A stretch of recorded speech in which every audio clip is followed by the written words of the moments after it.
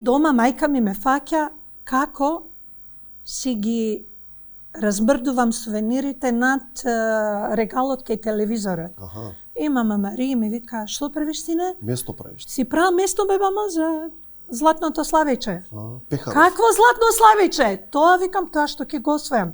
Ама сине, чекај, полека, мајка би пошто е наставничка, учителка цел живот, не е во ред тоа, ти треба да мислиш на моментот дека е битно да се учествува. Ама не, мамо, ти не знаеш, јас знам, јас чувствувам.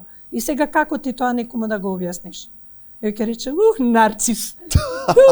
Само бендисано едно. Само бендисано мало. Викам, не бе. И кога беше фестивалот во универзална сала и тече, доаѓан делот на наградуваните.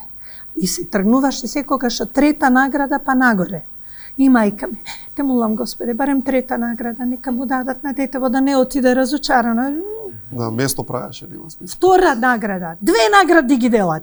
Аха. Леле, ја нема и тука. Прва награда. Кичево. Али опи. Леле, тоа беше чувство невидено. Да. И толку беше силна целата таја пост-кампања медиска, значи, никогаш толку не се пишувало за едно дете. Доаѓа дури новинари од Скопје во Кичево да ме интервјураат. Едниот од нив беше Чичко Марко, новинарко, кој штом дојде и влезе дома, јас реков, кој е тоа? Тој е Чичко Марко, тој ќе те интервјуира. Аха, ништо, јас само да изедам еден бурек, па ќе се вратам и ќе правим интервју.